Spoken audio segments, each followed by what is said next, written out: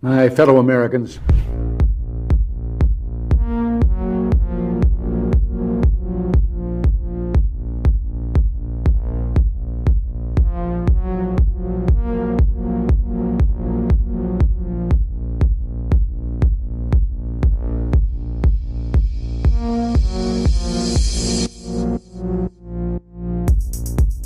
I can no longer remain in today's Democratic Party that's under the complete control of an elitist cabal of warmongers who are driven by cowardly wokeness, who divide us by racializing every issue and stoking anti-white racism, who actively work to undermine our God-given freedoms that are enshrined in our Constitution, who are hostile to people of faith and spirituality, who demonize the police but protect criminals at the expense of law-abiding Americans, who believe in open borders, who weaponize the national security state to go after their political opponents, and above all, who are dragging us ever closer to nuclear war. Now, I believe in a government that's of the people, by the people, and for the people. Unfortunately, today's Democratic Party does not. Instead, it stands for a government that is of, by, and for the powerful elite. Now, I'm calling on my fellow common sense, independent-minded Democrats to join me in leaving the Democratic Party. If you can no longer stomach the direction that the so-called woke Democratic Party ideologues are taking our country, then I invite you to join me.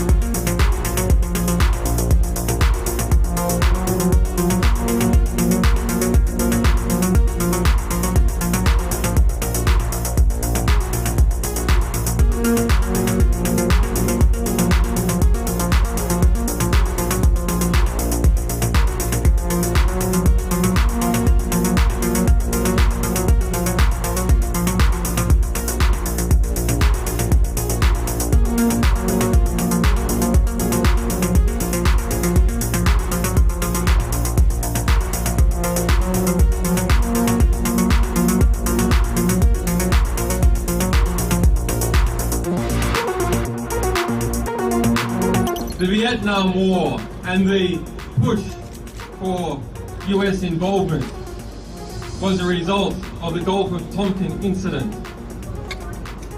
A lie. The Iraq War famously is a result of lies.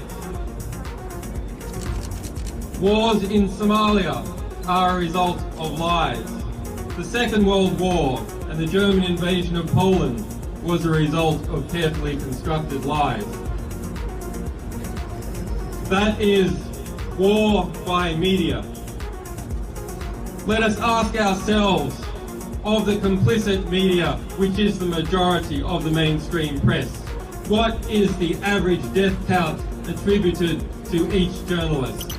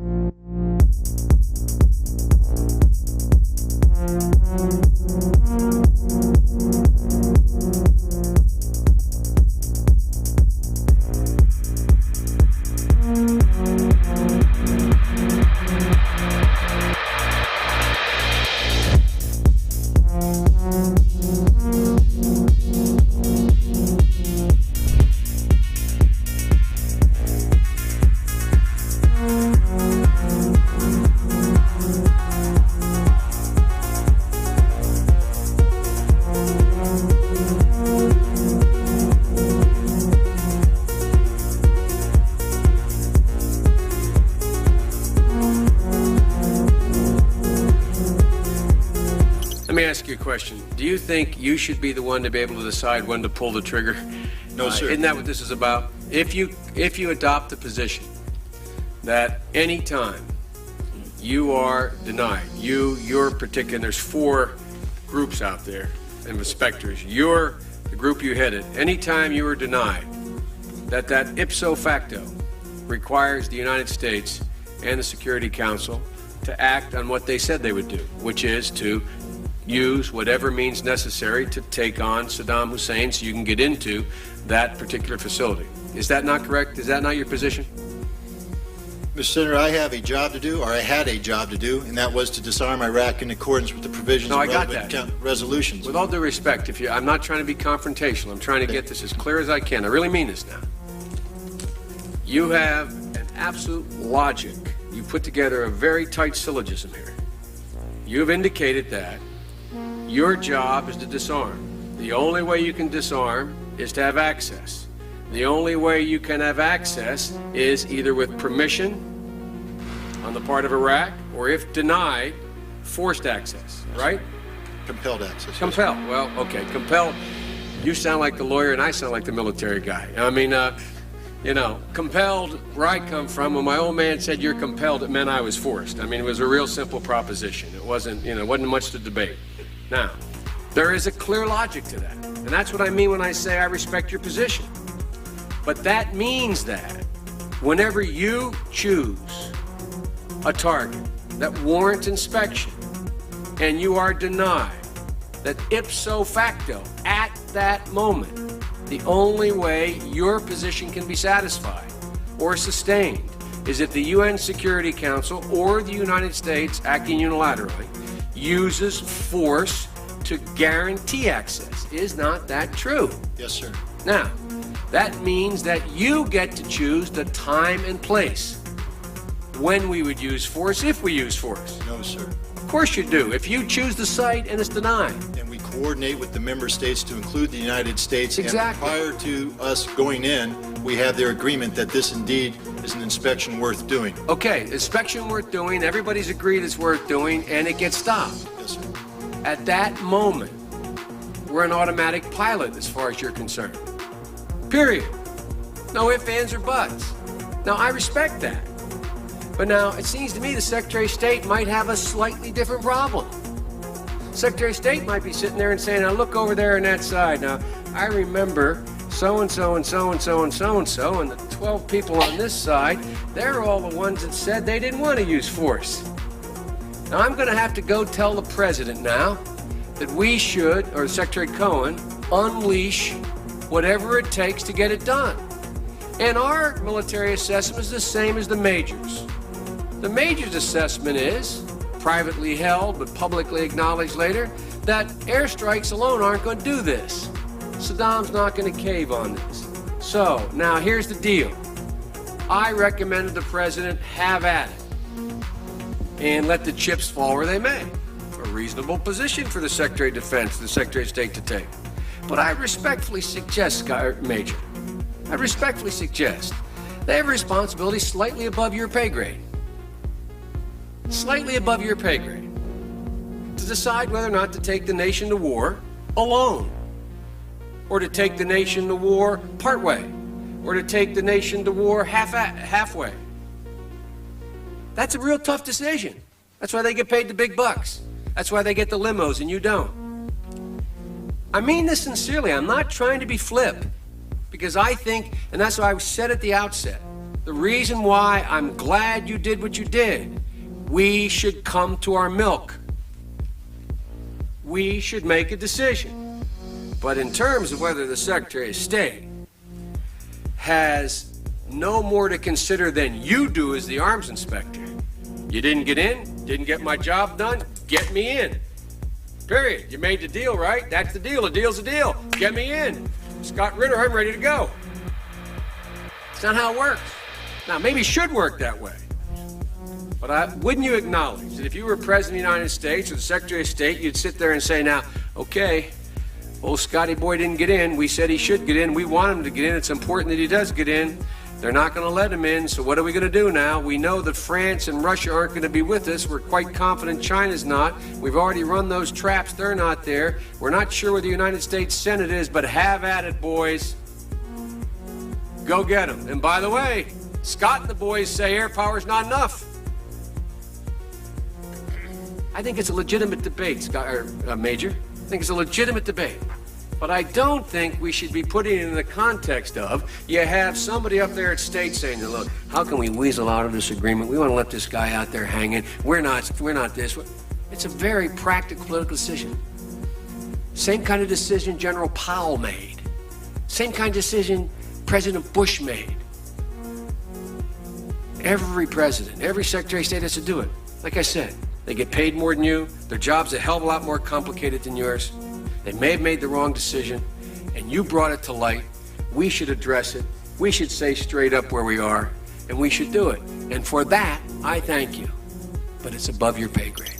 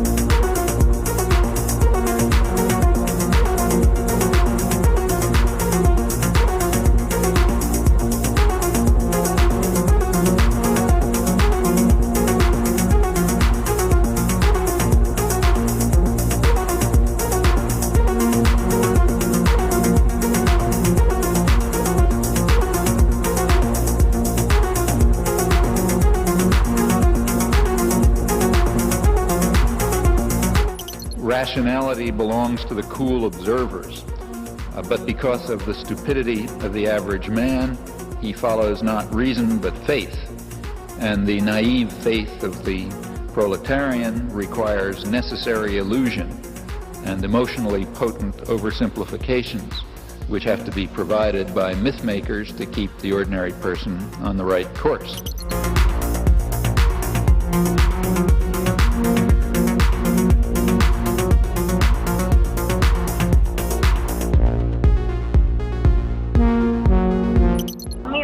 That I'm allowed to ask you this question is because today the federal court ruled that the government doesn't have the right to determine who is or is not a journalist. This is the second election in a row that the court had to overturn your government. Do you still insist on being able to make that decision, and why? First of all, questions around accreditation were handled by the press gallery and the consortium of networks who have strong perspectives on quality journalism and the important information that is shared with Canadians. The reality is organizations like yours that continue to spread misinformation and disinformation on the science around vaccines, around how we're going to actually get through this pandemic and be there for each other and keep our kids safe, is part of why we're seeing such unfortunate anger and lack of understanding of basic science. And quite frankly, I won't call it a media organization, your group of individuals need to take accountability for some of the polarization that we're seeing in this country. And I think Canadians are cluing into the fact that there is a really important decision we take about the kind of country we want to see. And I salute all extraordinary, hardworking journalists that put science and facts at the heart of what they do and ask me tough questions every day, but make sure that they are educating and informing Canadians from a broad range of perspectives, which is the last thing that you guys do.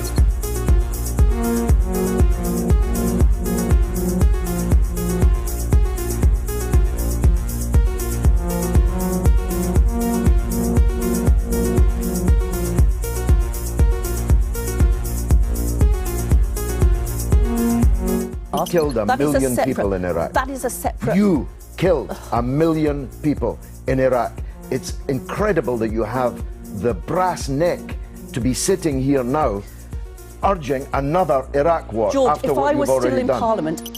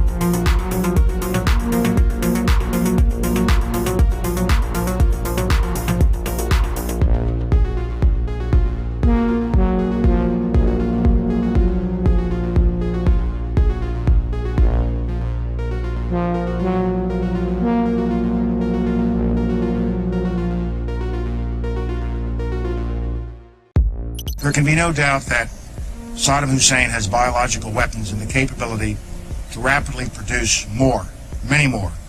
And he has the ability to dispense these lethal poisons and diseases in ways that can cause massive death and destruction. If biological weapons seem too terrible to contemplate, chemical weapons are equally chilling. UNMOVIC already laid out much of this, and it is documented for all of us to read in UNSCOM's 1999 report on the subject. If we consider just one category of missing weaponry, 6,500 bombs from the Iran-Iraq war, UNMOVIC says the amount of chemical agent in them would be in the order of 1,000 tons. These quantities of chemical weapons are now unaccounted for. Dr. Blick says, quipped that, quote, mustard gas is not marmalade. You are supposed to know what you did with it. We believe Saddam Hussein knows what he did with it, and he has not come clean with the international community. We have evidence these weapons existed. What we don't have is evidence from Iraq that they have been destroyed or where they are. That is what we're still waiting for.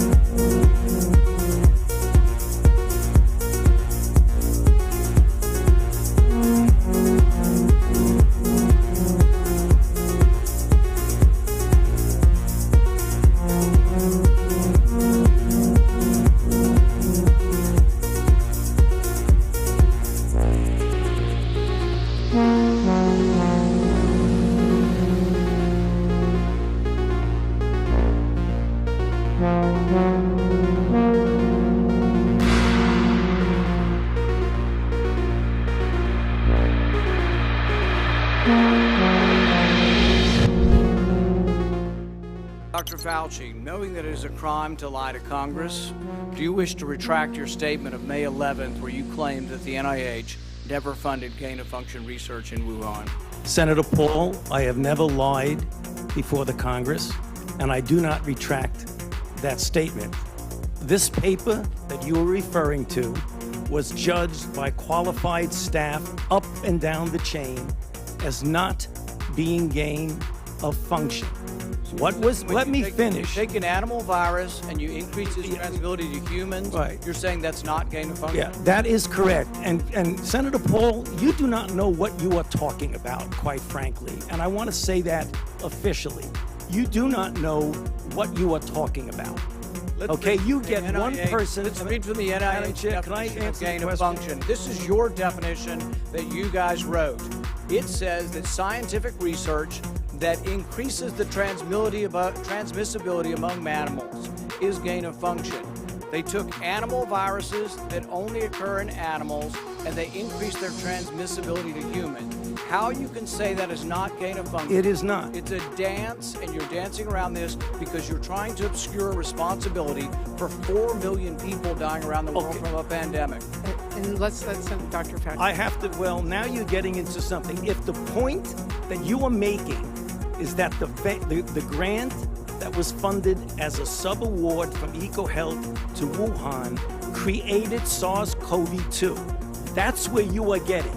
Let me finish. We don't know. Well, wait a minute. It did come from the lab, but all the evidence is pointing that it came from the lab, and there will be responsibility for those who funded the lab, including yourself. I totally This committee will allow the witness to respond. I totally resent the lie that you are now propagating, Senator, because if you look at the viruses that were used in the experiments, that were given in the annual reports, that were published in the literature, it is molecularly impossible. No one's saying those viruses caused it. It no is one is molecularly. Those viruses caused the pandemic. What we're alleging is that gain-of-function research was going on in that lab, and NIH funded it. That you is can't not. Get away from it. It meets your definition, and you are obfuscating the truth. I'm not obfuscating the truth. You are the one. Time is expired, but I will allow the witness to. Let me just finish. I want everyone to understand that if you look at those viruses, and that's judged by qualified virologists and evolutionary biologists,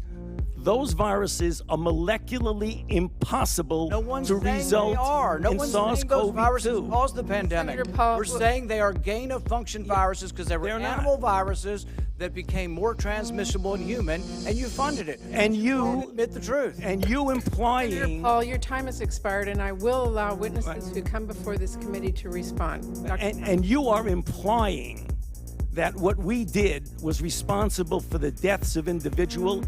I totally resent that. And if anybody is lying here, Senator, it is you.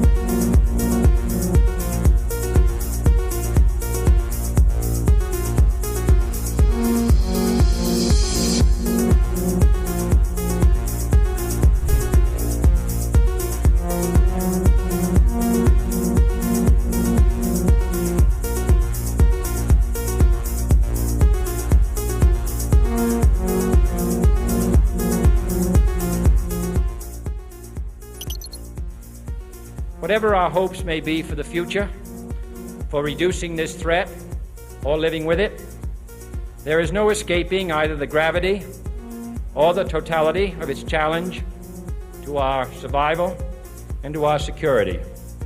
A challenge that confronts us in unaccustomed ways in every sphere of human activity. This deadly challenge imposes upon our society two requirements of direct concern, both to the press and to the President. Two requirements that may seem almost contradictory in tone, but which must be reconciled and fulfilled if we are to meet this national peril. I refer first to the need for far greater public information, and second, to the need for far greater official secrecy.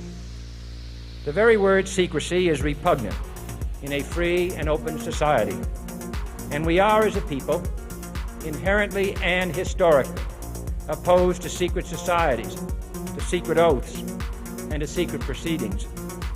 We decided long ago that the dangers of excessive and unwarranted concealment of pertinent facts far outweighed the dangers which are cited to justify it. Even today, there is little value in opposing the threat of a closed society by imitating its arbitrary restrictions.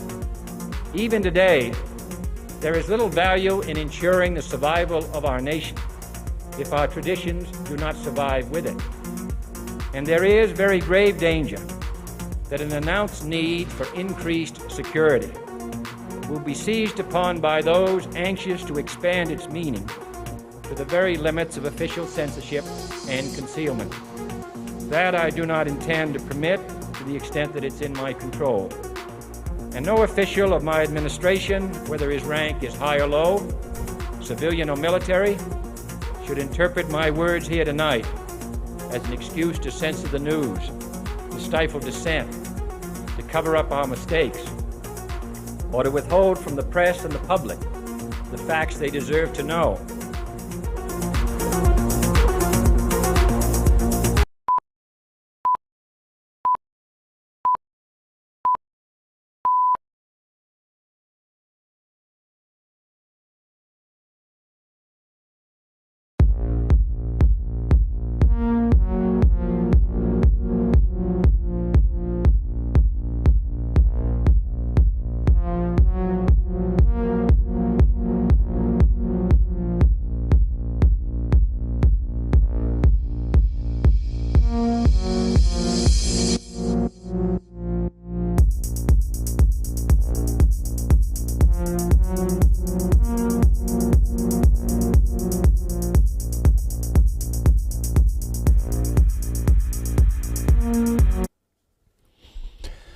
Welcome, everybody, to Redacted on this Monday. I'm Clayton Morris. I'm Natali Morris. So glad to have all of you here on a busy Monday. It's so glad to be back without crazy time zone differences where we had that weird 4-hour adjustment and everything. So we are live, 4 p.m. Eastern Time, East Coast time. Good to see all of you. And really just like crazy tragic news like happening as breaking news just a few minutes ago in Nashville. So our hearts going out to awful elementary school disaster there, and also watching what's unfolding in Israel. It's all craziness. But we're going to also focus tonight on what's happening in Ukraine, as Ukraine now admits, hey, we're out of weapons. We're out of bullets. Hey, now would be a great time, everyone, to talk about peace. We will see if that actually happens, because all signs seem to be pointing towards Europe getting upset and finally saying, we want peace. We're going to fly into China and actually meet with Xi Jinping because no one else is pushing for peace. So we will see the very latest in Ukraine. Plus, we're going to talk about the hegemony of the U.S. dollar and how there are cracks in that system. We're going to give you a little bit of we're going to roll back the clock a little bit and remind you how the U.S. achieved that hegemony. Here's a hint. It was not by fair play. Oh. So we're going to get to that and talk about what happens next if the sort of the rug is pulled out from under the rest of us who are kind of used to the U.S. dollar as a system, as a world order. I love the hint. Here's a little hint. They totally dropped. No, it's not really a hint. I know. I give it away. Yeah. I want you to stick around, though. Give it away. Also, what else are we talking about? We're going to be talking about... You think you knew when COVID started? You think you knew when the rest of us learned about COVID, that's maybe when it started? Oh, no. We're going to find out tonight some interesting tidbits from the United States Department of Defense. The Pentagon had all sorts of COVID plans long before we ever heard about this airborne virus. We'll tell you about all of that and more as Redacted starts right now.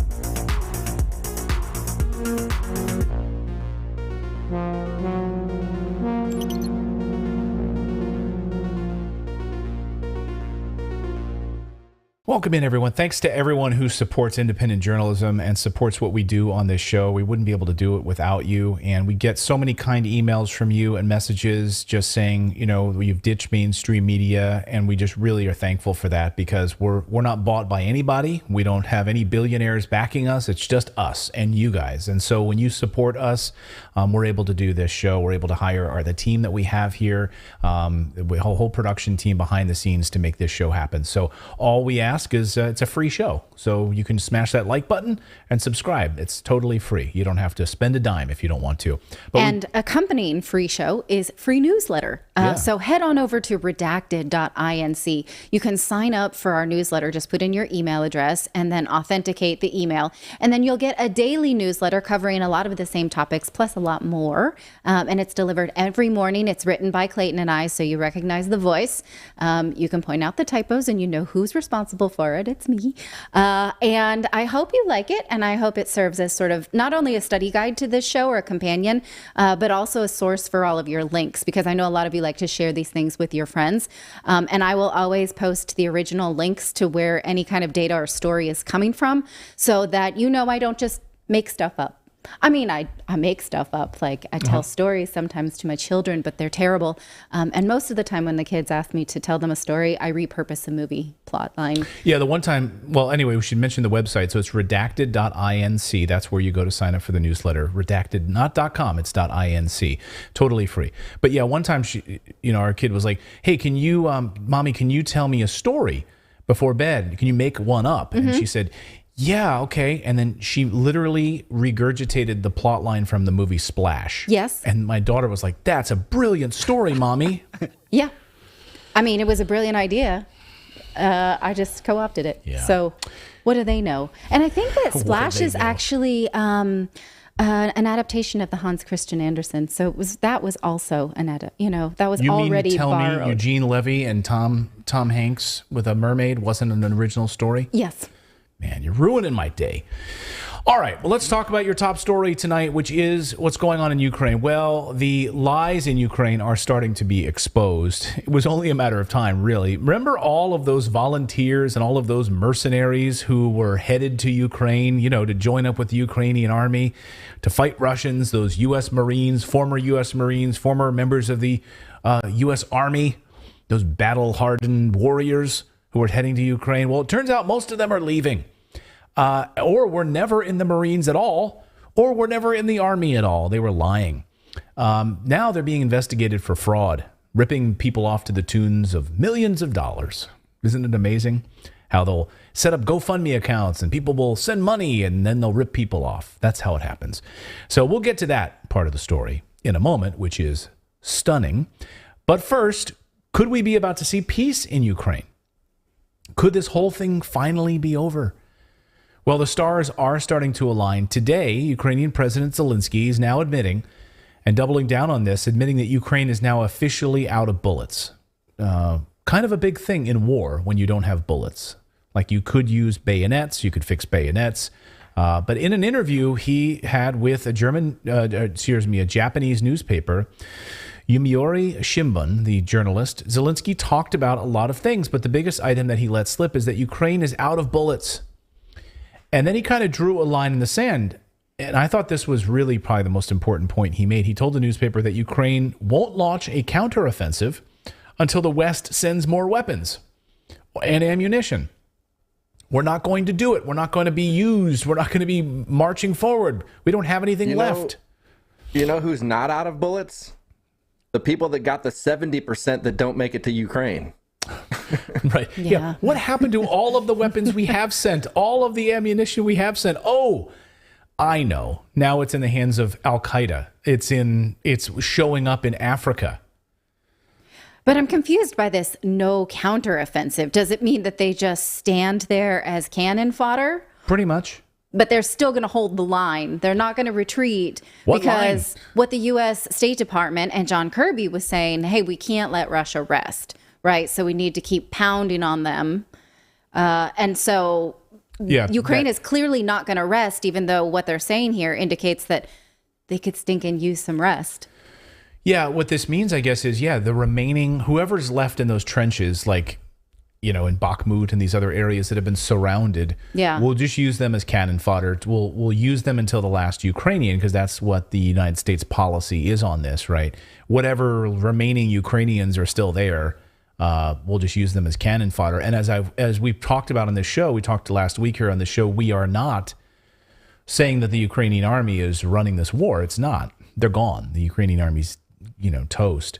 So this is NATO 100%. Now they're boxed into a corner, right? They're out of ammunition. They don't have any weapons. So what is NATO supposed to do now? They're screwed. They're literally screwed. And, I have to say there's two things here that stand out from this interview from Zelensky. Number one, Ukraine has no army any longer. So what the hell is he even talking about? The people doing any kind of counteroffensive would be international NATO forces.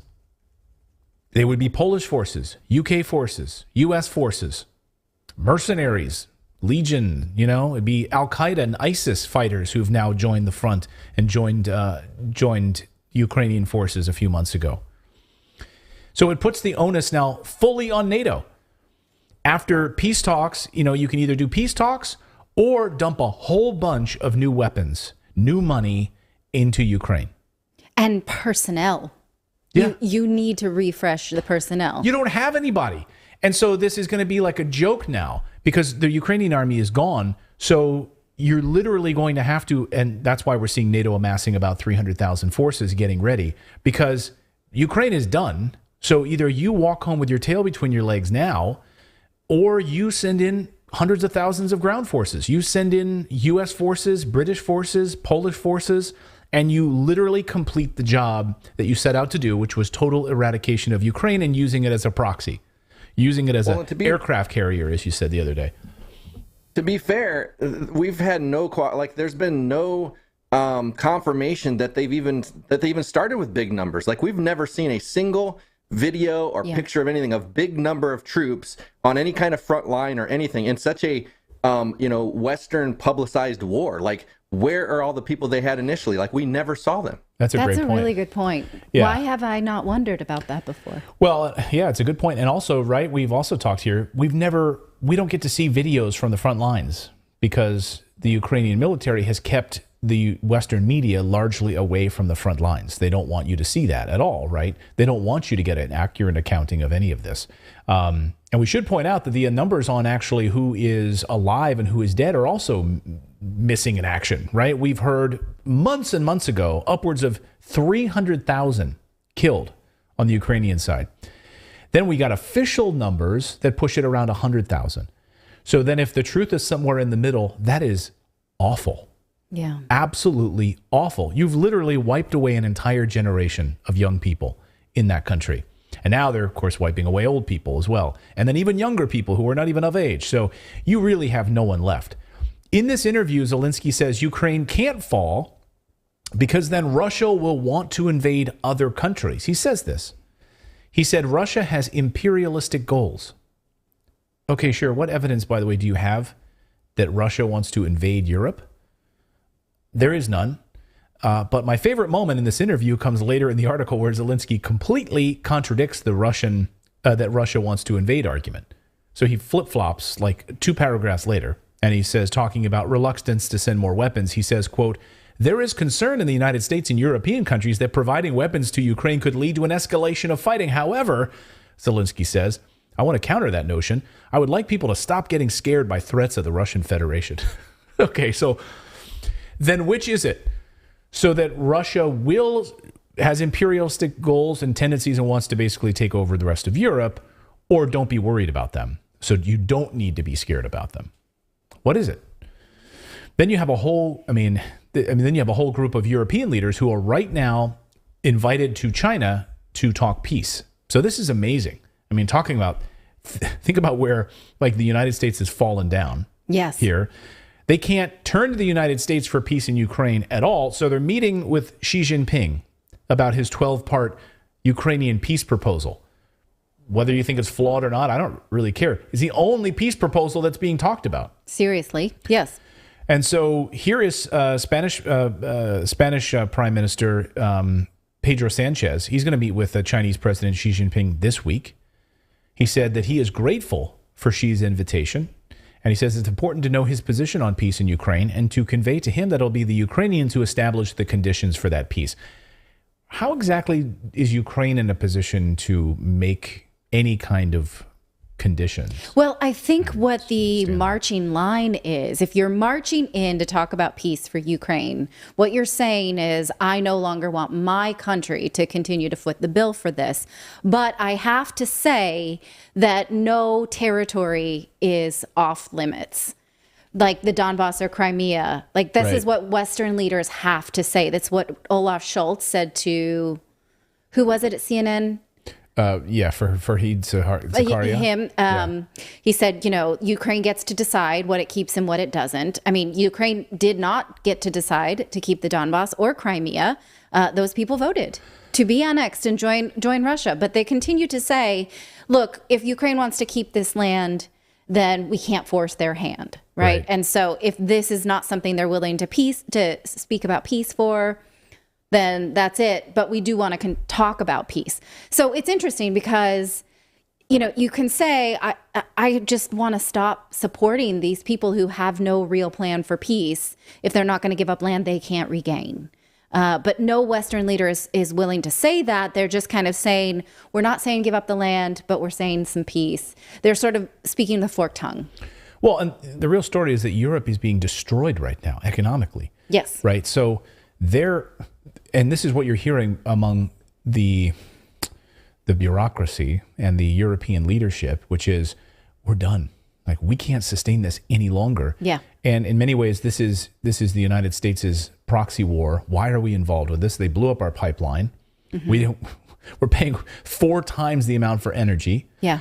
The real story will be next winter when they can't pay, they have no stockpiles at all left. So next winter is going to be the real bad situation. And so they're like, wow, we got to do something here. All right, we'll meet with China, I guess. Brazil's president also, Lula da Silva, is going to meet with China this week, propose a peace club, which with China. Only the cool kids are in the Peace Club. To mediate an end to the conflict in Ukraine.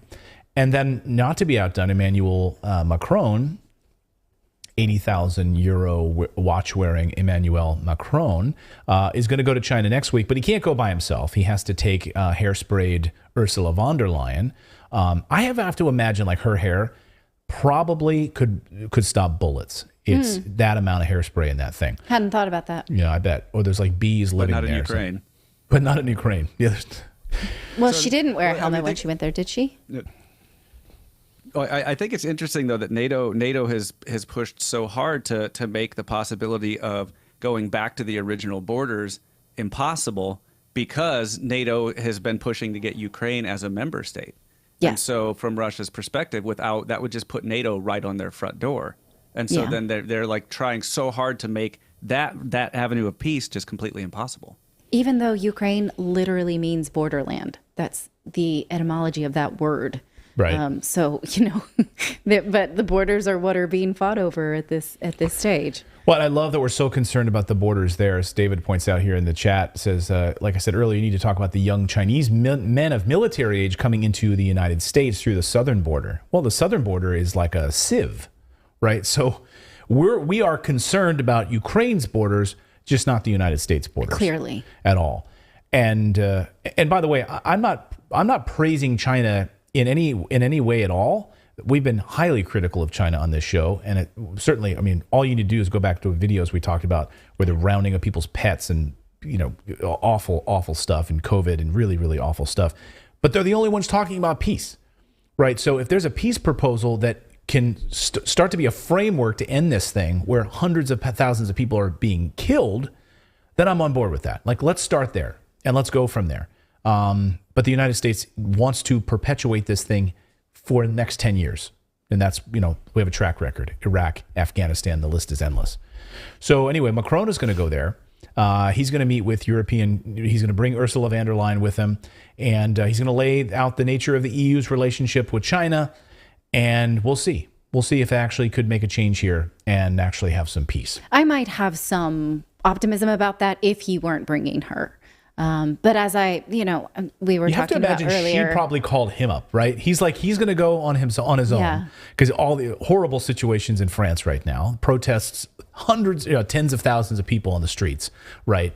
And now's a good time to get away. Pull a Ted Cruz moment. And it's not, by the way, just about the retirement age. It's about getting out of NATO, and it's about ending this war. That has been happening for months in France, yes. the rest of in Paris and other parts. It's gotten very little media attention. So a lot of the media attention has been like, oh, they're protesting about the retirement age. That's a piece of it. But for months now, there's been protests on the streets of Paris, ignored, and in Berlin and other places to end this war. I have to imagine, though, she probably got on the phone. She's like, Emmanuel, I know you're going. I'm free that day. I'd like to travel with you. Yeah. As some are speculating, though, it's almost the same as bringing Joe Biden. Yeah. Because whatever he wants, she seems to be willing to do. And so that feels like a big wet blanket in that peace talk. Let us know if you think we're going to see peace. Let us know that in the chat room. By the way, if you subscribe, your name will pop right up here on the screen. So anybody wants to subscribe, your name pops up here. There is a new rebel. Welcome Lung Mastini. I don't know if I'm saying that right. Nice to welcome. All right. Well, do you remember all of those volunteers in Ukraine? Those bloodthirsty mercenaries from armies around the world who showed up and tried to join the Ukrainian military in attacking Russia. Like, they saw the opportunity, like, oh, I get to go fight some Russians. I'm going to join up, right? Well, it didn't turn out so well. So stunningly, the New York Times is out with a new article today showing just how bad it is. Many of them liars, crooks, and total opportunists in order to rip people off and defraud people. Like, hey, I'm going to Ukraine. Will you send me some money? And I'll just rip you off. Like, that's exactly what happened. So, unbelievably, rare moment here from the mainstream media. The New York Times doing a whole in-depth piece, interviewing hundreds of people for this article about basically the corruption of these mercenaries in Ukraine. It's kind of a stunning thing. Ouch. Here's the headline. Stolen valor.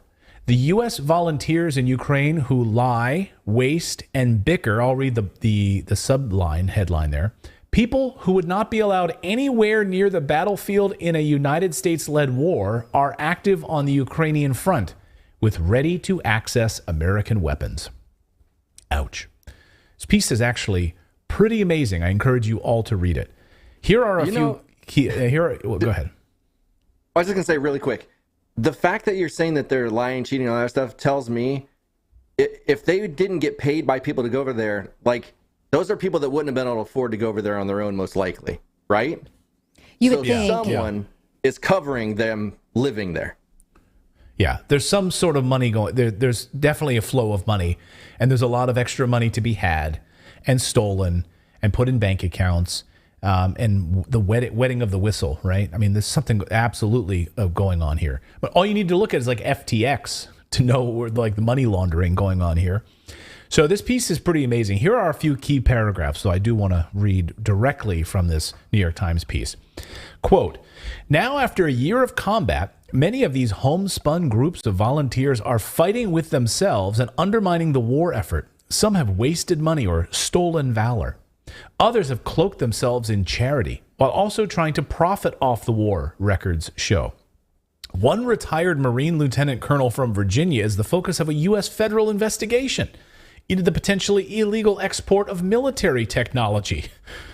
So basically stealing the weapons in Ukraine and then sending it off to other spots. Okay. A former army soldier arrived in Ukraine only to turn traitor and defect to Russia. A Connecticut man who lied about his military service has posted live updates from the battlefield, including his exact location, and boasted about his easy access to American weapons. A former construction worker is hatching a plan to use fake passports to smuggle in fighters from Pakistan and Iran. And in one of the more curious entanglements, this is my favorite, one of the largest volunteer groups is embroiled in a power struggle involving an Ohio man who falsely claimed to have been both a U.S. Marine and a Longhorn Steakhouse assistant manager. By the way, I wonder which one he lied about. The dispute also involves a years-old incident on Australian reality television. Like, it's an unbelievable story, and like the New York Times kind of just cracks the surface on some of this, but I want to go through some of the deep parts of this because it's really interesting. So this guy, here's a guy, they specifically, now after a year of combat, many of these homespun groups of volunteers are fighting with themselves and undermining the war effort. Some have wasted money or stolen valor. They point out this Connecticut man. So keep this up on the screen. This Connecticut man who lied about his military service has posted live updates from the battlefield, including exact location, and boasted about his easy access to American weapons. So who is this guy? This guy is James Vasquez, according to the New York Times. Here he is dressed up pretending to play Army. Now, according, I love when these guys put on like helmets and like. You guys get that joke? Army. Hey, brother, I'm going to Army. I'm joining Army. No, it's from Arrested Development. Okay. Anyway. Yeah. Buster. I'm in Army. I'm a member of Army. I have to go off to Army. I fight in Army. So according to the New York Times, days after the invasion, Mr. Vasquez, a Connecticut home improvement contractor, announced that he was leaving for Ukraine, to much fanfare because his local newspaper wrote a whole glowing tale of him. He was a former Army staff sergeant who left behind his job and family and picked up a rifle and a rucksack on the front lines to fight Russia.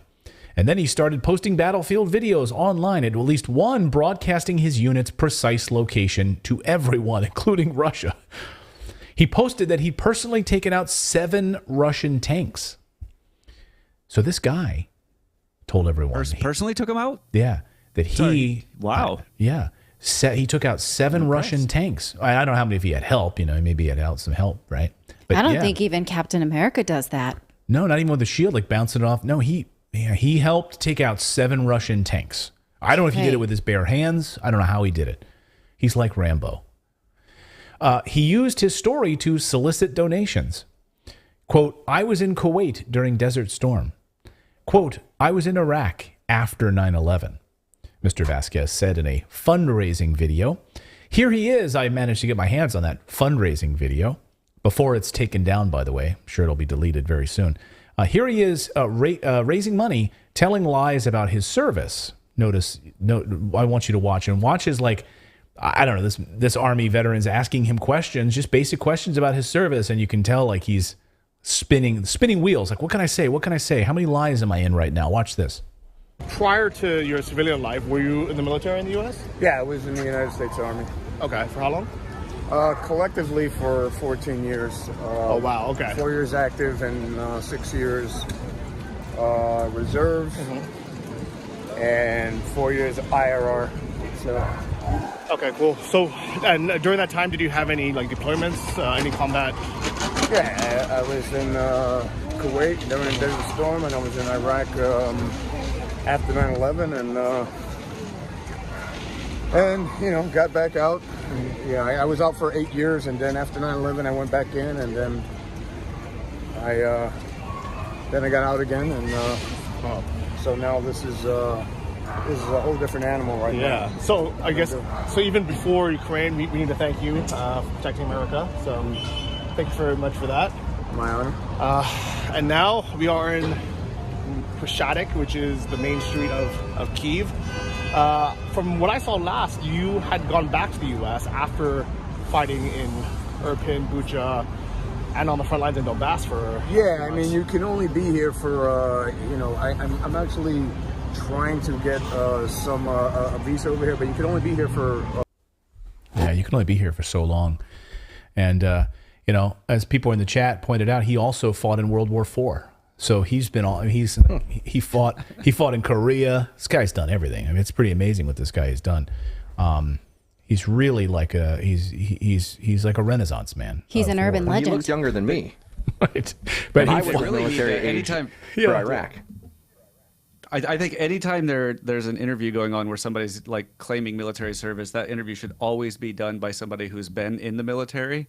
Because it'll take them about 30 seconds to sniff out that the person doesn't have any idea what they're talking about. Because they'll ask simple questions that what was guy, your MOS, where were you stationed, and stuff like that, and then they won't have any idea. Because it's there's so many acronyms and the language is so specific that it would take them about 30 seconds to figure it out.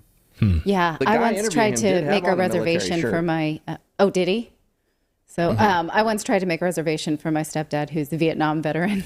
And they're like, what's his discharge number and this, infantry? And I was just like, can't do it. You can't fake that. I'm going to have him call back. Never mind. We'll take the back of the restaurant. Yeah. It was for a discount for travel.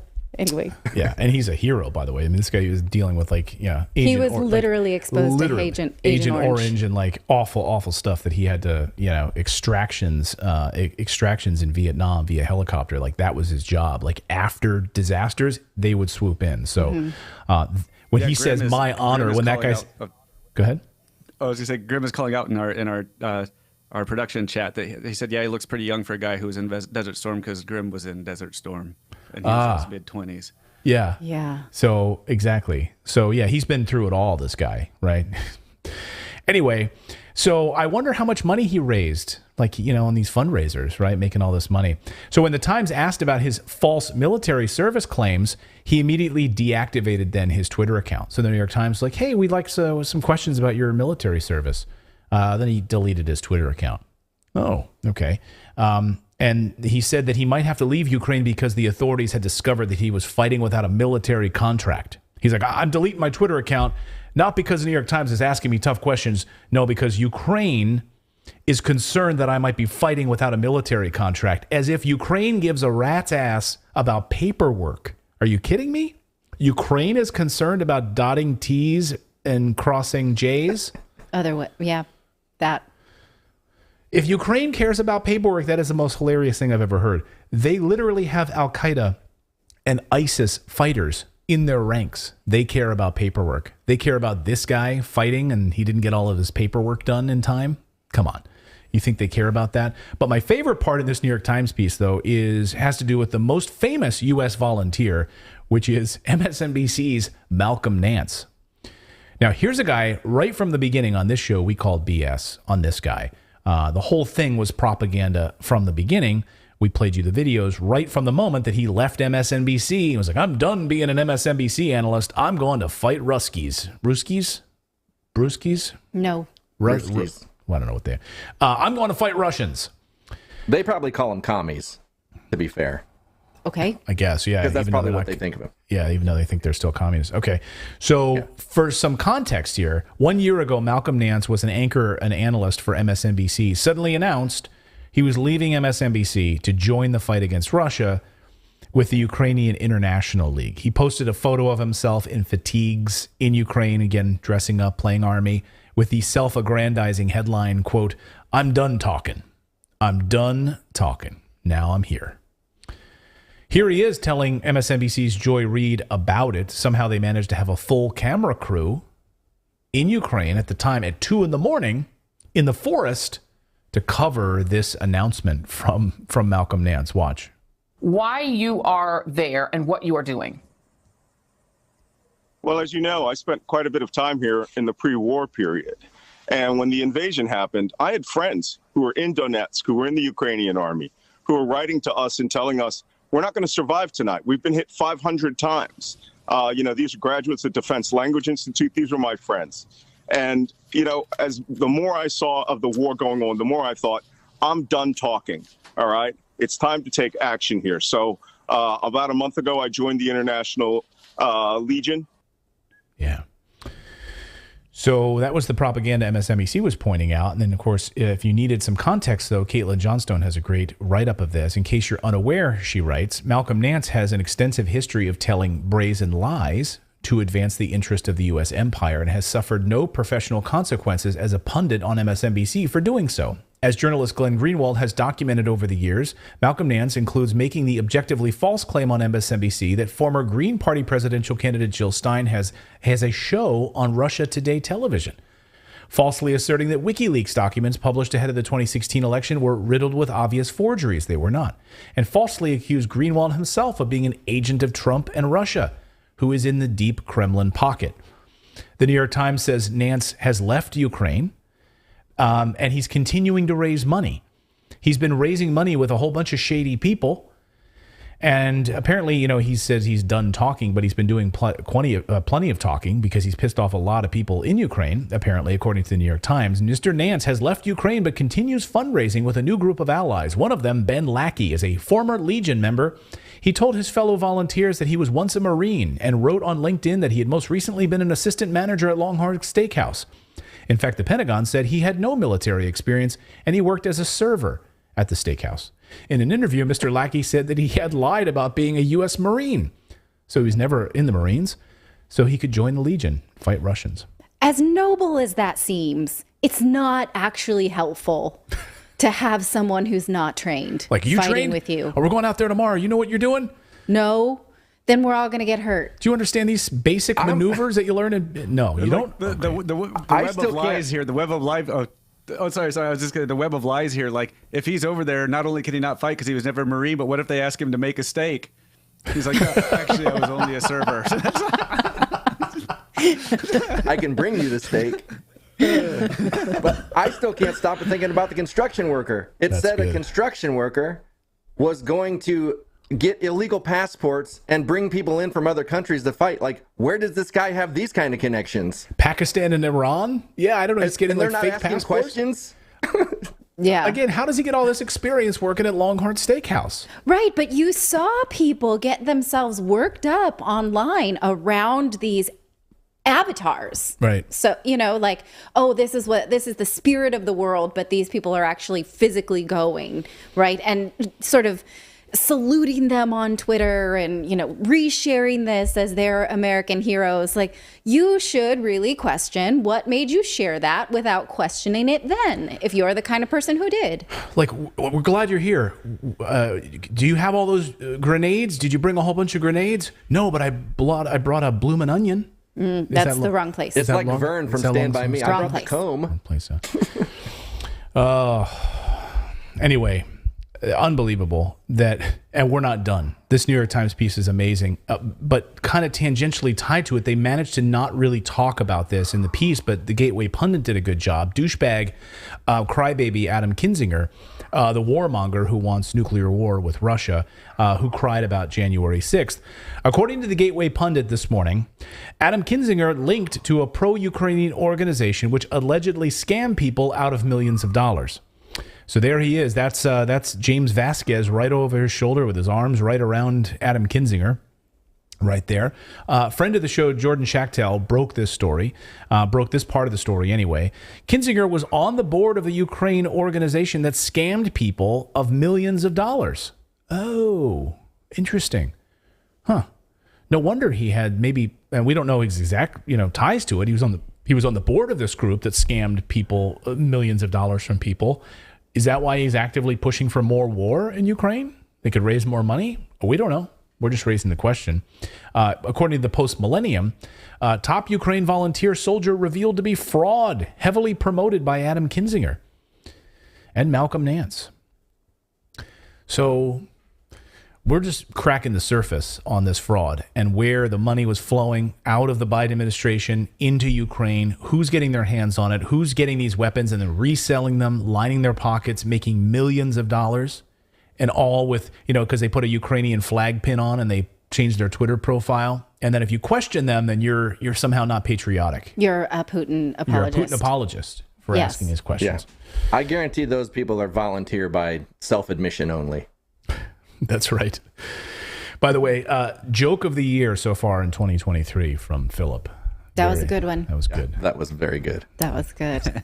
Okay. Yes. I have my moments. You get the points today. We've got more news to get to on your Monday. Is it Monday? Holy smokes. We're going to look at the U.S. losing hegemony, the U.S. dollar declining, and what that means for your retirement accounts. What does that mean for trading? What does that mean for, I don't know, everything we do, everything that's tied to the U.S. dollar. Think about it. We're going to deep dive that in just a moment. We're also going to look at this new DOD contract that was just unearthed and shows, wow, they seem to know a lot about COVID before anyone was told about COVID. Pentagon, you have some explaining to do. But first, we want to tell you about our friends over at Ghost Bed, because if you want to get the best night's sleep, the right mattress is key. And from your sleeping position to other lifestyle factors, you need to consider it all to make the right choice. If it sounds overwhelming, you're not alone, so Ghost Bed is here to help. For the last 20 plus years, the team behind Ghost Bed has been designing comfortable mattresses for every type of sleeper, and they're the experts when it comes to pairing customers with the right mattress for them. So head on over to ghostbed.com/redacted today and take their online quiz to get your personalized recommendation. If you want to talk to a real person instead, Ghostbed has sleep experts that can dive deeper into your needs and help you find the right mattress one-on-one. Orders ship free and fast, plus you get a 101-night sleep trial to make sure that your mattress is the right fit for you. Now, right now, all bundles, that means if you buy more than one thing together, are 50% off on their site. So if you want to bundle something, you can just use the site code REDACTED. So if you put in Redacted, you get 50% off all the bundles, plus you can take 40% off all Ghost Bed mattresses plus 2 luxury pillows by using our code Redacted. Just go to ghostbed.com/redacted to take advantage of the offer. Once again, that's ghostbed.com/redacted and use our promo code Redacted. So someone in the chat was just saying, hey, Clayton, how was the Roger Waters concert?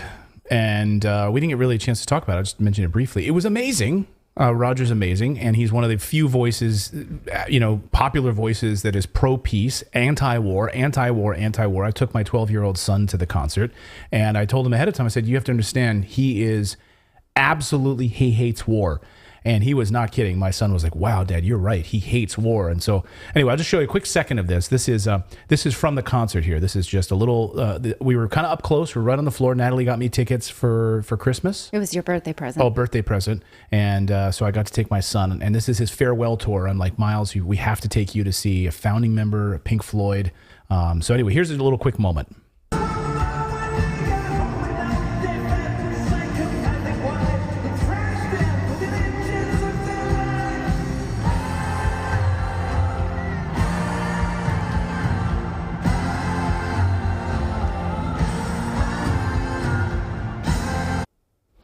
Oh, you stopped it before he actually sings the. I know. Sorry, I did it just because the music. We don't want to get our live stream pulled off. Oh. Right. Oh, good point. Okay. Yeah. Okay. Because of copyright. Sorry, everybody. Okay. I absolutely love the video you sent us where he was like if you have a problem with my politics, F off. F off to the bar now. Yeah, go up to the bar. If you don't like, anyway, it was great. It was a good time. Anyway, I just wanted to say that because a bunch of people were asking here in the chat, so there you go. All right. And our John Wick 4 movie review coming never. Yeah. Actually, we don't do that. That's right. Yeah, we did see John Wick 4. It was really good. All right. Could do it on Locals. We could do. I suppose no one wants to hear that. All right, here's what you want from us. We're going to answer the question, is the U.S. losing its hegemony for the dollar and its ability to regulate global markets? It absolutely feels that way, and there are a lot of data points to support that, and we're going to go over them. Earlier in March, when President Putin visited China, no, other way around. President Xi went to Russia. I'm sorry. President Putin said that Russia would start using the Chinese yuan for international payments. Now, Saudi Arabia is in talks to do the same thing as well, and also work with Iran to create an economic alliance. This would cut the US dollar out of major global markets and sort of lay naked the dollar as it stands, because the dollar is backed by a belief system and literally nothing else. No gold, no hard assets, a whole lot of debt. Former Assistant Treasury Secretary Monica Crawley was on Fox News this weekend, and she talked about how that fall from grace will in fact be very painful for all of us that are used to a dollar-backed global system. Look, since the end of World War II, the dollar has been the safe place to go, and it's been backed up by a couple of things. It originally was backed up by gold, but President Nixon took us off the gold standard, so there's no hard asset backing up the dollar anymore for the last 50 years. But also it's been backed up by the strength and economic power of the United States and the fact that oil has always been traded in dollars. If that were to end, that would mean the end of the U.S. dollar. Look, there is a perfect storm happening right now, Will. The world's reserve currency being that, having that status has been a real privilege, but we've abused the privilege by wholly reckless monetary and fiscal policies over many years, certainly over the last couple of years, which has really devalued the dollar. On top of that, now you do have this perfect storm of Biden's weakness, his war on American domestic energy production, the Ukraine war, and as you point out, because of all of these things, we've got America's enemies led by China forming a new economic bloc. And all it would take at this point now, because we're at this pivotal moment, Will, is for Saudi Arabia, who has indicated that they're open to this, to say, you know what, we're going to be open to considering other currencies to trade in oil. If that were to happen, there would be a complete implosion of the global economic system, but certainly the American economic system. And if that were to happen, you'd be looking at sky-high inflation, just raging Weimar Republic kind of inflation. If you think inflation is bad now, just wait. But more importantly, we would lose our economic dominance and we would lose our superpower status. Now, I used to work with Monica Crawley. Very smart. Yeah, Very this smart. clip alone had our accountant sort of writing to us and saying like, oh, she's like, I didn't even know this about the dollar not being backed by gold currency. We've talked about that before a lot. But, this is a scary way that she's putting it, but I don't think that she is fear mongering. I actually like what she says here, that it's been a real privilege to have a hegemonic dollar, because how did we get there? How did the world come to have the dollar as the underlying currency of most global transactions? Well, the answer is by cheating. I'm going to tell you a little story. This comes from a very old out-of-print book called The Hidden Hand of American Hegemony. Because it's a real book, it's not in any kind of digital form. I had to take a screenshot of it, and I'm sorry that this looks a little bit too busy. But I want to tell you this story anyway because it's kind of fun and also naughty and also crazy.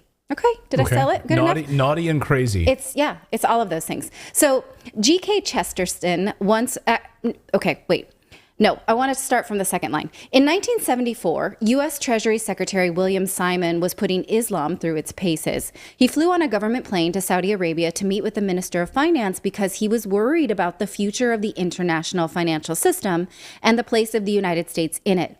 Simon had put an extremely violent video on the in-flight movie system, and he was laughing uproariously while consuming prodigious amounts of whiskey. Alcohol is illegal in Saudi Arabia, though drinking it might seem like the national pastime to a new visitor in the kingdom. Ministers of state are not supposed to roll off their planes drunk, but according to another government official on the trip, this is exactly what Simon did. In 1974, the financial problems facing the U.S. Secretary of the Treasury were enough to drive any level-headed soul to his cups. The federal government was running an ever-increasing budget deficit, and it was Simon's job to finance it. But that year, the Treasury was preempting 62% of the debt markets in this country, and Simon called the cost of paying interest on the national debt just frightening. So he's realizing the economy is about to collapse. He needs to get himself drunk and get on a plane to Saudi Arabia because they can't pay their debts, because the currency is collapsing and they can't even pay the debt on it. At the same time, the price of oil was getting higher and higher. Financial markets are in danger of collapse, partly because of the new inflows of capital from oil exporting nations.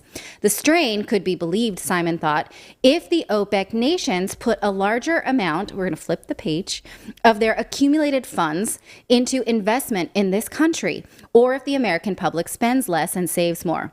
Since it was unlikely that President Richard Nixon, while facing impeachment, would succeed in urging the public to spend less and save more, Simon turned to OPEC for funding. And how did that meeting go? I'm going to skip a few paragraphs. Well, his answer to the myriad problems faced by the Treasury and the United States in general, and indeed by most of the world, was to sell bonds. In 1974, Simon negotiated a secret deal so the Saudi central bank could buy U.S. Treasury securities outside of the normal auctions. A few years later, Treasury Secretary Michael Blumenthal cut a secret deal with the Saudis so that OPEC would continue to price oil in dollars. These deals were secret because the United States had promised other industrialized democracies that it would not pursue such unilateral policies. So it was through these secret meetings, drunken, underhanded dudes in secret rooms, deciding that the dollar could no longer compete on the merit, so they had to cheat. I mean, it leaves us all now to wonder, what if the U.S. had competed economically without cheating? Where would we be? Would we be where we are now with sort of an American dominant culture? And I'm not saying it's dominant, but I'm saying there's a perception of it as dominant. Wow, I don't know. That's a crazy story, right? It's a crazy, hypothetical to think about, right? If we didn't do it in this sort of underhanded way. Because he makes the point in this book that France was really fighting it out to be the underpinning currency of oil trade as well, and all international trade. And the United States just they edged him out they played dirtier. They played a dirtier set of cards. And it's a great book. I've invited the author on the show, I think, a couple of times, and hopefully he responds to me. So the question is, if the dollar, is it the dollar that gave the U.S. license to control economies and world leaders and resources, and without that seniority, would it still be a superpower, as Monica Crowley mentioned? Well, perhaps not, and world leaders may be grabbing their chances to edge out U.S. hegemony. We saw over the weekend when Bolivian President Luis Arce, I think it's Arce, expressed interest in joining a lithium policy group with other Latin American countries, including Mexico. Now, he didn't mention the U.S. specifically, but he almost doesn't have to, because you can recognize them in his quotes. He's basically saying that this is necessary to prevent the U.S. from subverting the market the way it does with oil and gas. He says we must be united in the market in a sovereign manner with prices that benefit our economies. And one of the ways already promised by Mexican President López Obrador is to think of a kind of lithium OPEC. He says we don't want our lithium to be in the Southern Command's crosshairs, nor do we want it to be a reason for destabilizing democracy, destabilizing democratically elected governments, or foreign harassment. Well, who does that? With what resource? That's easy. That you don't have to pass the SAT to fill in those blanks. This would be a consortium of sorts of South American countries creating an organization like OPEC, but for lithium, a major component of the electronics you were probably using to watch this show, I would imagine. Drive your EV if you've got one. According to Reuters, Bolivia has an estimated 21 million tons of untapped lithium resources, the most worldwide, in an area of sprawling salt flats delineating the so-called lithium triangle that includes northern Chile and Argentina. Here's a lithium map from the British Geological Survey. The largest producers of lithium are currently Australia, Chile, Argentina, and China. The U.S. only mines lithium in Nevada, even though by some estimates, the U.S. is home to about 4% of the world's lithium reserves. The Inflation Reduction Act actually did put aside money for lithium mining, but it will not be enough to satisfy the demands for increased electronics and electric vehicles. No, and this is all of our own doing. I've covered this on the show repeatedly, which is the United States has shot itself in the foot. I mean, both in uranium production and lithium mining. Yes. I mean, we're sitting on a massive amount of it, and yet because of what the Biden administration, the Obama administration have done, they basically shut it down. A couple of reasons. That and, well, for the, what's the one you just mentioned? Not lithium. Uranium. For uranium specifically, a lot of it has to do with litigation from environmentalist groups, which, you can't, as a politician, have both things. You can't sort of speak a big game about climate change and then also want to increase production of mining, because climate change religious fanatics, is what I want to call them, don't study the nuance. They just refuse. So they think all mining is bad and they won't allow this to happen, but you have to know then that other countries will do it. And so because the U.S. knows that it can't keep up with mining lithium at all, the Inflation Reduction Act provides tax incentives for what's called friend shoring. This was a new word to me. Do you know what friend shoring is? No. It means that manufacturers will receive the tax credits not for mining the minerals themselves, but if 40% of the critical minerals in their EV batteries come from friendly countries. Okay. Any country where the United States have a friendly free trade agreement in effect. So they know we don't have it. And if you get it from a friend, you get incentives, which is incentivizing them to not do business then with Chile and Argentina and Bolivia, China, and all of these other countries that manufacture it. But for lithium, just friending up to Mexico and Canada won't do it. And Mexico may not be game because they may be more willing to start their own consortium with their neighbors to the south instead of, friend shoring with their neighbors to the north that are hostile to them. So that's, one way hegemony is sort of slipping out from under the United States, and if they cannot sort of compete on industry alone, then they need global hegemony, power, clout, right? Well, they're not keeping that either. China is now taking the job of the U.S. In the absence of leadership for peace. Spanish Prime Minister Pedro Sanchez will meet with Chinese President Xi Jinping later in April. He said that he is grateful for President Xi's invitation and willing to speak about his peace plan. Brazilian President Lula Inácio Lula da Silva is also going to meet with China in April, proposing a peace club. That's where all the cool kids are, in order to mediate an end to the conflict in Ukraine.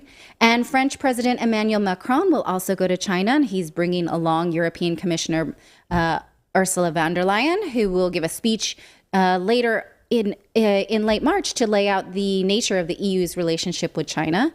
Could that be a break in the sand or a line in the sand for where the European Union is willing to break with the United States? That would really hurt Joe Biden's feelings, I'm sure, because him and Ursula von der Leyen are besties, ideologically the same person, I would say.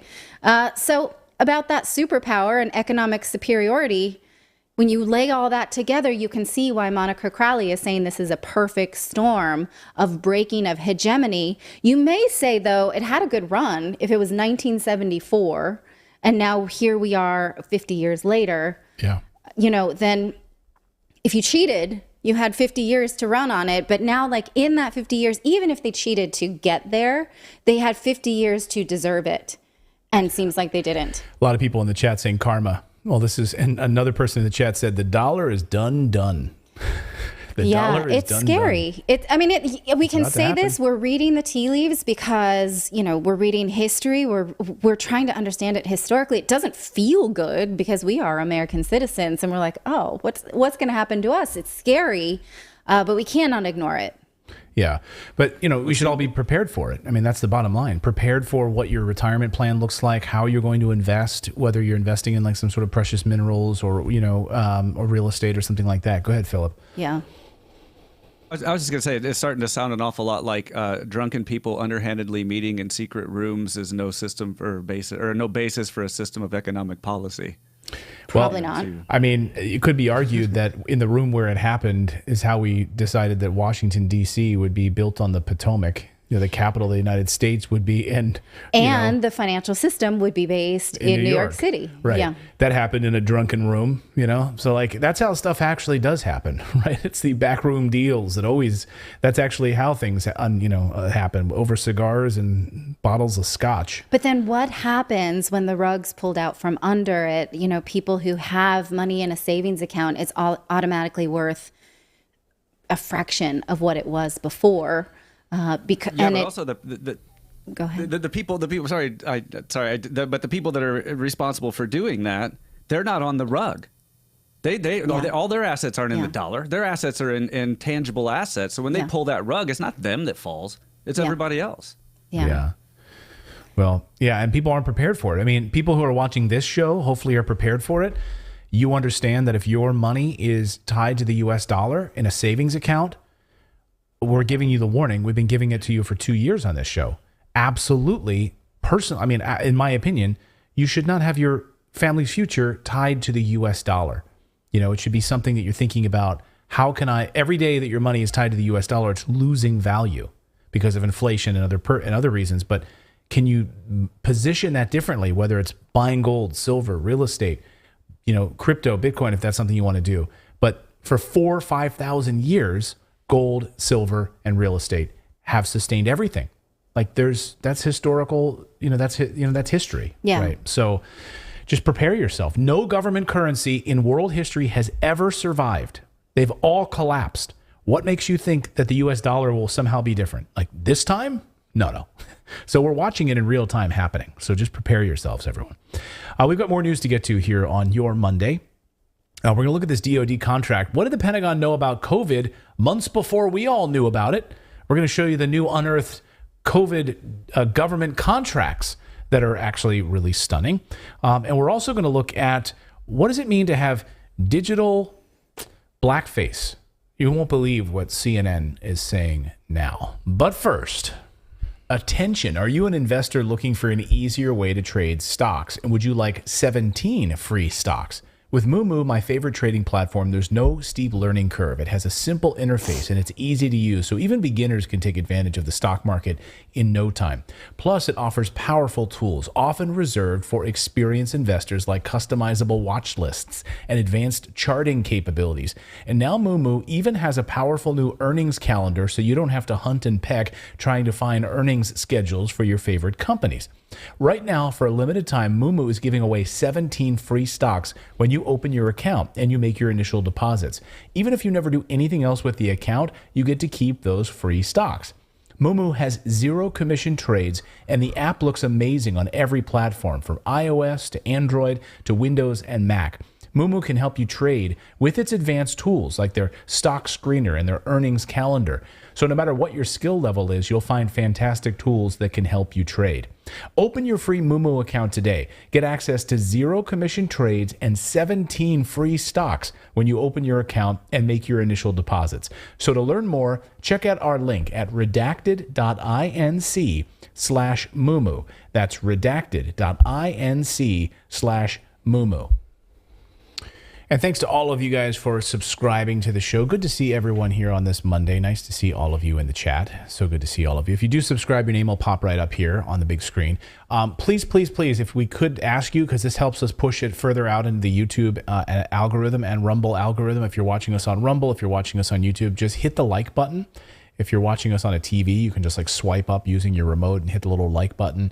I see we got about 6,000 likes, and there's about 50,000 of you watching on our two different platforms. So if we could just increase that, it pushes us further out in the algorithm, because YouTube loves to suppress us. Thumbs up only. We don't accept those thumbs down. Yeah. No, I mean, it's amazing, like big tech and how they just try to block you and censor you and really like silence voices. It's amazing, like my interview with Tucker Carlson, friend of the show.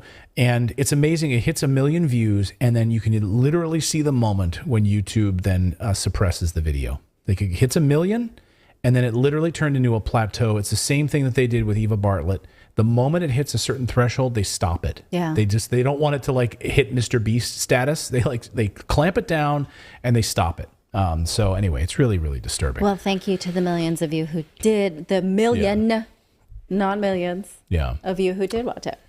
Well, here's a question for you. Why did the United States Department of Defense post a job posting trying to hire someone for, quote, COVID-19 research 3 months before anyone in the world ever heard of COVID? Well, that's a damn good question, Clayton. Thank you for asking. The news outlet, though, the Expose out of the UK, has the story. They're asking the question. They have the bombshell story. Here it is, quote, and I'll just read right from expose.uk. The world first started to hear about a novel coronavirus in early January 2020, with reports of an alleged new pneumonia-like illness spreading across Wuhan, China. However, the world did not actually know of COVID-19 until February 2020, because it was not until the 11th of that month that the World Health Organization officially named the novel coronavirus disease as COVID-19. So, they say, with this being the official truth, why does the United States government data show that the U.S. Department of Defense awarded a contract on the 12th of November 2019 to Labyrinth Gold Health Incorporated for COVID-19 research, at least 1 month before the alleged emergence of the novel coronavirus, and 3 months before it was officially dubbed COVID-19? It's a good question. Thank you for asking it. Let's dig a little deeper. So here is that job post. Take a look at the job post here, and you can see the needs are from Labyrinth Global Health on the 12th of November, 2019, for almost $400,000 is the job. SME manuscript documentation and COVID-19 research, the job posting says. Then here is a closer look at it, just so you can see. Here it is, the COVID-19 research. That's what your job will be in November of 2019. And here's just so you know where, that's the date as well, the 19th, November 12th of 2019. Very curious indeed. But it gets worse. The contract was for research to be conducted in, can you guess the country? Can any of you guess the country? I can, but I probably am out. Why? Because I can see it here, and I read the story earlier. You read some of my notes. Yeah. Can anyone else guess the country where this job posting would be? Anyone in the chat have any idea where this job posting would be? Like, we need COVID-19 research, and the country where you'll be based? See if anyone can name that in the chat. Let's see if anyone can name it. Yes, you got it. The answer is Ukraine. So your job will be in Ukraine. No, not the United States, but Ukraine.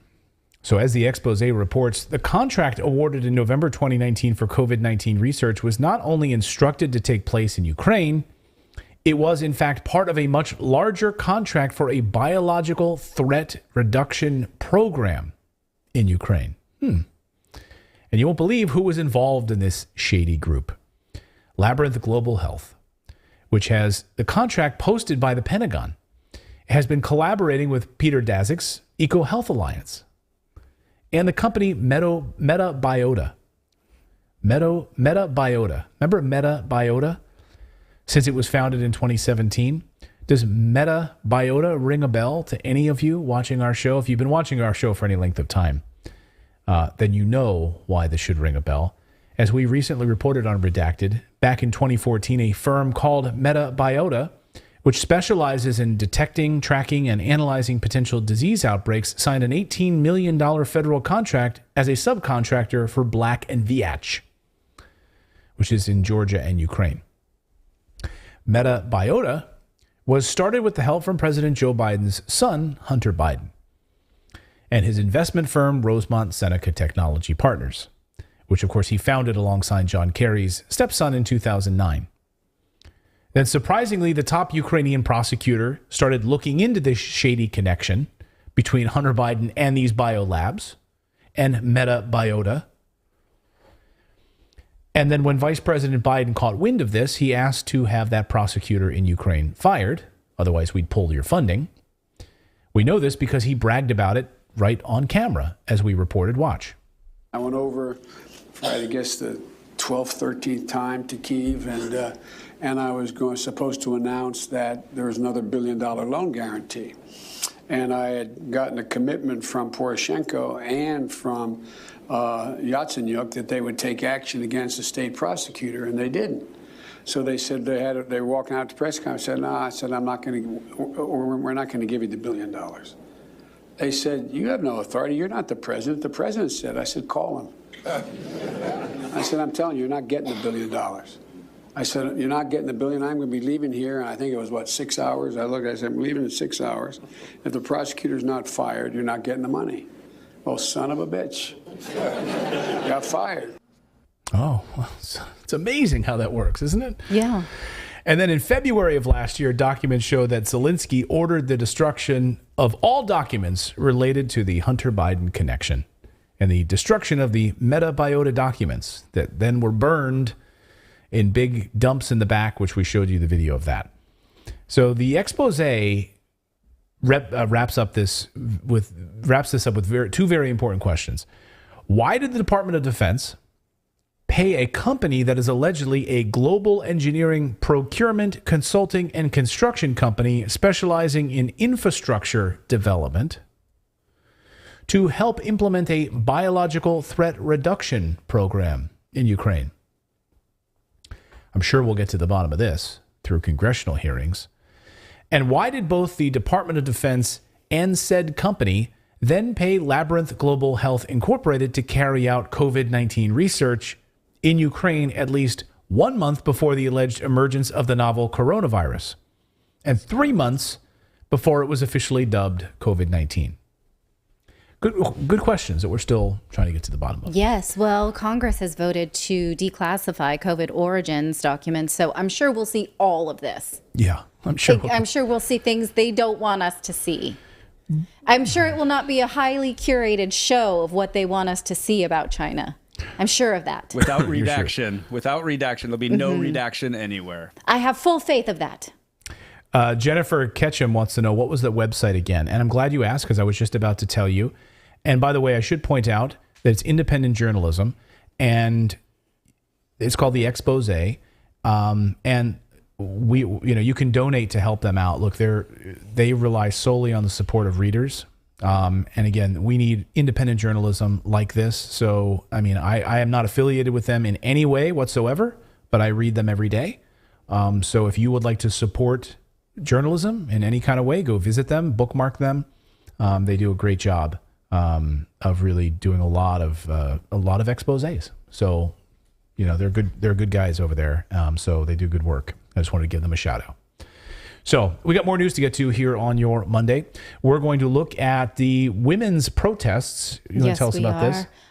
So a woman who was speaking out for women's rights was attacked by trans rights activists in a very violent way in New Zealand. And now politicians are calling for accountability for these violent attacks.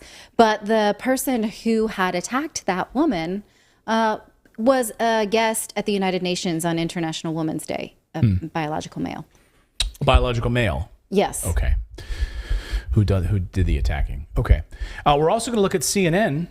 If you've ever shared a meme online, if you've ever shared a meme and it included a black person, you might be racist. We'll tell you what that's about, according to CNN.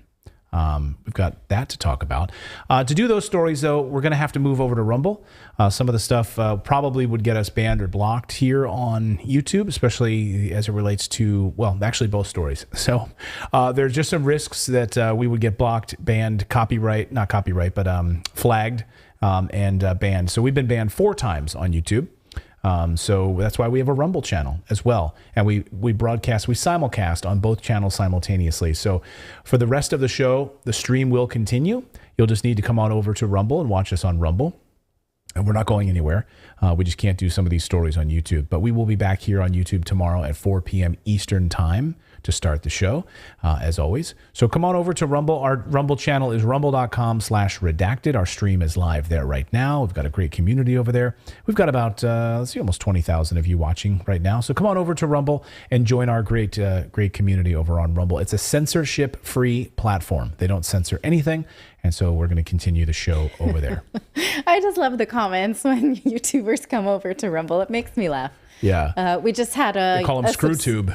We just had a subscriber called Parzival Ready. Parzival, which Ready Player I think One? is from Ready Player One. So we're ready too, Parzival. Let's do it. Yes. My son loves using that name. Like he's playing Hogwarts Legacy right now. And he's he Parzival.